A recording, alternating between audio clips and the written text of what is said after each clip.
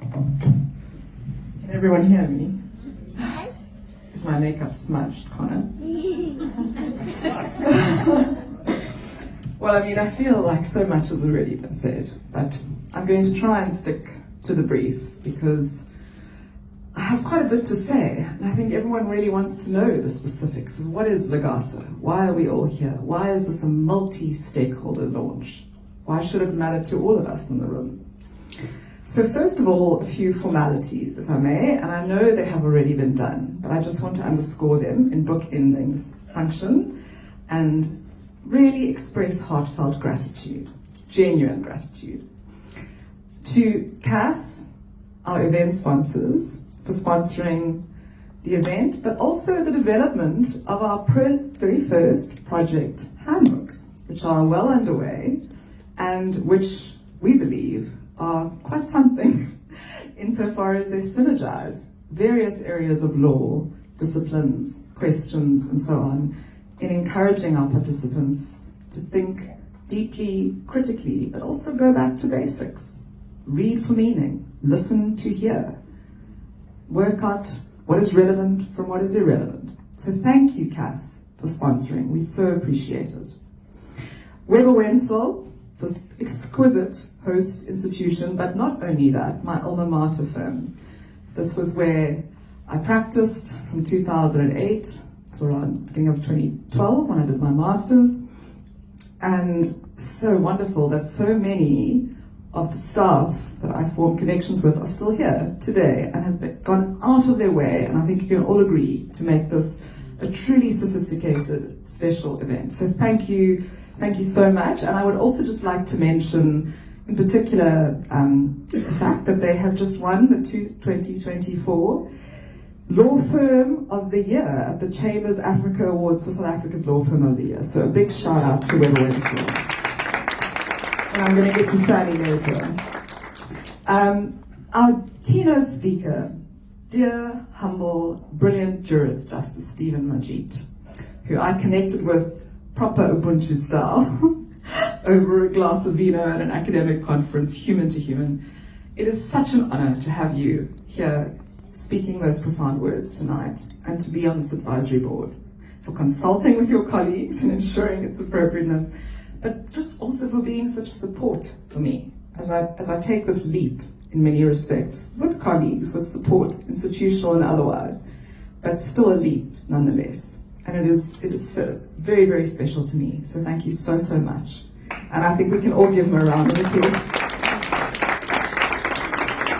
I'd also like to thank our chairs, both of whom, as you know, I lectured, Raphael McIntosh, Toyita Tabela, who have, I think you'll agree, organized, streamlined, systematized tonight's function with elegance and efficiency and gravitas. Thank you both so, so much. Thank you.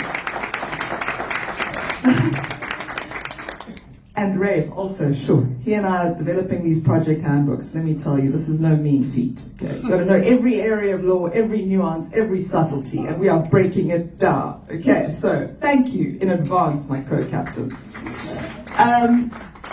Julian Rademeyer, he has flown down especially from Johannesburg. He is the deputy, well, you've heard his impressive CV, but in short, he is also here in part on behalf of Mark Shaw, who was my erstwhile colleague at UCT. He held the NRF chair for criminology. It's where we met. So we spoke about problems, the fact that we don't like problems, we like solutions. And Julian, I thank you. I thank the GI for embracing us, the LAGASA initiative, as part of your initiative, which is doing incredible work. I think some people don't even know. It is more significant in terms of what it's doing around the world, even in the likes of the UN. So let's just not for a moment think of the negative, but let's think of the positive that it is doing. Those people that are putting themselves on the line to expose malfeasance, corruption, and to nuke those problems. Now we come in and nuke them preemptively and positively. That's the plan. That's the marriage. So thank you, Julian. I want to thank all of our advisory board members, some of whom I've come upon by pure chance at academic conferences. And Madeleine, for example, approached me when I last spoke at the Stellenbosch conference and said, You're about solutions. I like that. And equally, as it happens, we share birthdays around the same time, and we share Dutch heritage. So shout out to my mom over there. Because my mom always says, in the Netherlands, if there is for any problem, there is a solution. She always reminds me, they came up with Wi-Fi, Lauren. They developed the CD, Lauren. Never mind, that's all dead. But the point is, we find ways, we find new ways of doing and being and fixing. We don't say no. Hey, Connor, what is mommy's middle name? Solution. Lauren Con. Okay, we'll go with that. So, I want to thank all of you, our advisory board members, and you'll see the advisory board, I'm so honored. I mean, Jess Blumenthal's here, director at ENS, Madeleine, Justice Stephen Majid, Richard Calland, Karim Singh, the executive director of Corruption Watch. How honored am I that these people have agreed to come on board as representative of all of you, our multi-stakeholders, as we become the change that South Africa and the world needs. Thank you so, so, so much. Now, last but not least, I mean, my dearest judge laid the foundations here, so I'm just going to build on those. But I have to do a brief shout out to my own immediate support system, my family, because let me tell you, I know, dear judge, it was a bit tongue-in-cheek, but carrying, birthing, raising 4 children, doing a PhD, smashing, teaching con law, admin justice, open governance, and building the foundations for LAGASA has been no mean feat. It has required almost a Herculean effort, resilience, grit, and determination. And my children, and my husband, and my mom, and Gordon Parker, and my Father in heaven have supported me every step of the way. Thank you so much.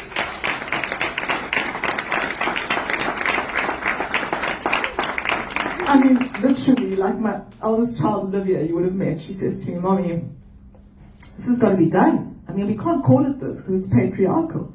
But the world needs the finishing school of finishing schools. We need the polishing glass of glasses. We need to get people together in a room and upskill and capacitate and fix.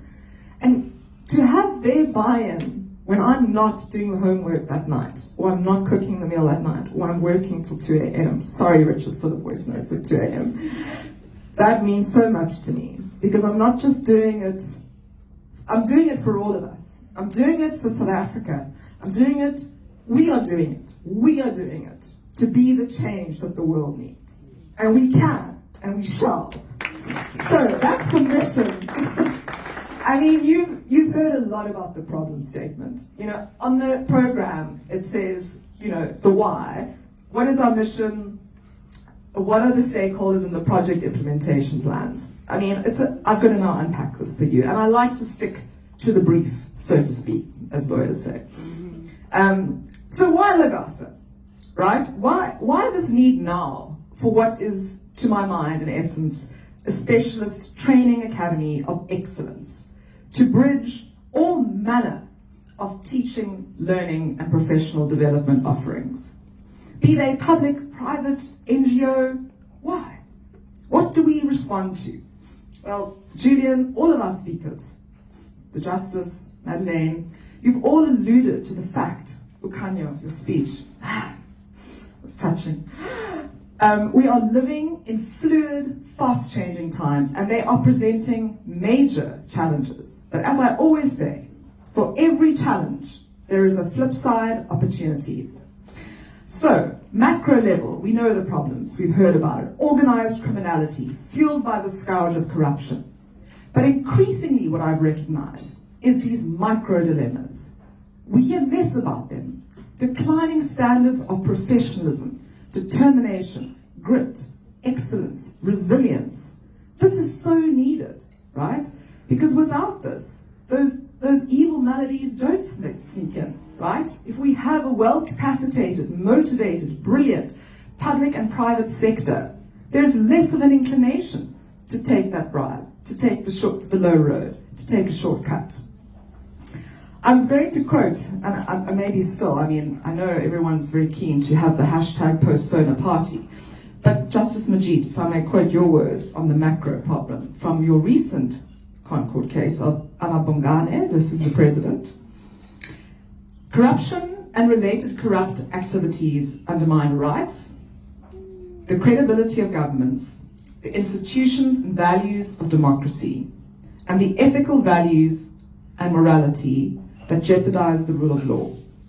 They endanger stability and security. They jeopardize sustainable development, and they provide a breeding ground for organized crime. Corruption is a transnational phenomenon. It affects all societies, all economies, and it is destructive within both the public and the private spheres. And you said, regional and international cooperation is essential to prevent and control corruption and related crimes. Now to this, we at LAGASA add, if we may, dear Judge, meaningful multi-sectoral cooperation within nation states, within sectors, and across them. So this is, and I'm going to get to the more concrete of it, the how. That's the macro problem. The micro problems, Madeleine alluded to them very well. We are living in a world of greater polarization, greater divides, instant gratification, right? I mean, my kids got me on TikTok. Who would have thought? #conlaw. My oldest came up with that name. We are living in a world with a quick fix, but not the right fix very often, right? We are living in a post-COVID technology-centric world. That's a world where there is diminishing interpersonal skills, diminishing human connectivity, diminishing basic critical thinking skills. And what does all of this lead to? Diminishing excellence, professionalism, even motivation, even creativity, even resilience. And that's not good. So, for every problem, there must be a solution. Now, I sort of think when I think about this, we're living in a world where there's this inclination to increase letters behind names, right? But all too often in a manner that disregards the learning process that culminates in the award of these letters, these qualifications. And rather devastatingly, quite often they aren't even put to practical good use in the real world. And why is this? In part because the learning process itself is under strain. Various sectors, various reasons. I don't have time to go into all of those, and I don't want to bore you. But there is a wonderful student and former student cohort here tonight. And I think those of you that are here will agree in the importance of the magic of that in-person classroom experience, where participants can engage meaningfully in the learning experience. We are living in a world where lectures can just be recorded. Private university offerings are frequently just online. Magic notes are handed down, passed down year by year, without the magic, right? Because what is the pedagogical magic?